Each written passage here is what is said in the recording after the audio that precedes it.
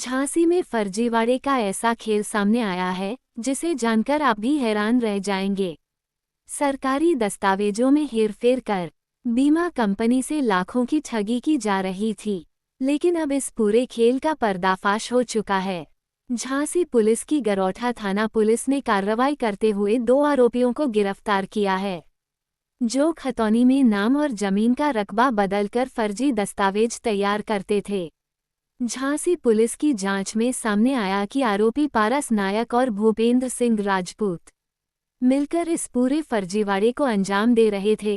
दोनों आरोपी पहले ऑनलाइन खतौनी डाउनलोड करते थे, फिर उसमें खाताधारकों का नाम और जमीन का रकबा बदलकर फर्जी खतौनी तैयार की जाती थी। इसके बाद इन दस्तावेजों को बीमा कंपनी की वेबसाइट पर अपलोड कर फसल बीमा के नाम पर रकम हासिल की जाती थी। दिसंबर 2025 में मुकदमे लिखे गए थे। ये मुकदमे डिप्टी डायरेक्टर एग्रीकल्चर की जांच के आधार पर लिखे गए थे, जिसमें ये पाया गया कि फसल बीमा योजना, जो सरकार की एक फसल बीमा योजना है, उसमें झांसी में एक बड़े पैमाने पे एक स्कैम हो रहा था। तो हमने जब ये टीमें गठित की दोनों ही थानों में, तो ये निकल के आया कि इसमें जो अभियुक्त गण हैं वो डिफरेंट रोल थे उनके। जैसे कोई था जो अपना फर्जी भूमि के कागज़ तैयार कर रहा था, कोई था जो अपने गाँव से करीब 10-10 लोगों को इकट्ठा करके उनके आधार कार्ड, उनके बैंक पासबुक लेके उसको कूट रचित तरीके से अपलोड करके फसल बीमा योजना के अंदर जो धनराशि प्राप्त होती है उसको फॉर्जरी के आधार पर प्राप्त कर रहे थे। इसमें जो कंपनी है इफ्को टोक्यो, उस पर ये कागज़ अपलोड किए जाते थे, और सिंस ये सारे कागज़ फोर्ज थे तो इनके जो जिनको ये सुविधा प्राप्त हो रही थी, जिन किसानों को, वो सारे ही फेक थे। इसमें सिर्फ 2-3 किसान थे जो जेन्युइन थे, और बाकी जो भी धनराशि प्राप्त हो रही थी वो फेक लोगों को प्राप्त हो रही थी।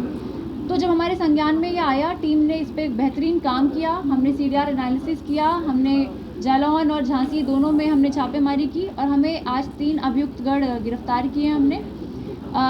गरौठा में 2 अभियुक्त हैं जिनका नाम है भूपेंद्र जो है वो डॉक्यूमेंट्स को फोर्ज करते थे अपने कंप्यूटर के माध्यम से, और पारस नायक है वो करीब 50-60 लोगों को इन्होंने इस तरह से उनके डॉक्यूमेंट्स को फोर्ज करा है। और प्रेम नगर में जो अभियुक्त हैं इनका नाम है ऋतिक तिवारी। इन्होंने भी करीब अपने गाँव से 10-20 लोगों को इकट्ठा करके उनके डॉक्यूमेंट्स को फोर्ज किया है। तो इन तीनों ही अभियुक्त को हमने गिरफ्तार कर लिया है और इन्हें न्यायालय के सामने पेश किया जा रहा है। और इनके पास से हमने एक CPU, एक मॉनिटर, प्रिंटर और काफ़ी सारे मोबाइल ये भी बरामद हुए हैं। कितने करोड़ रुपए की इनने लगभग ठगी की है? जो ये 2 थाने में निकल के आया है वो गरौठा में करीब 10 लाख रुपए का प्रकरण है, प्रेम नगर में करीब 1,64,000 का प्रकरण है।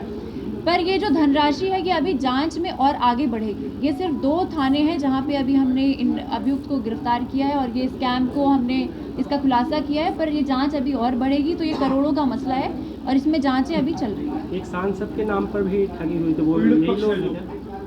हाँ, इसमें सांसद जी के जो खतौनी है उसको भी फोर्ज किया गया था, तो वहीं से ये सारा प्रकरण सामने आया।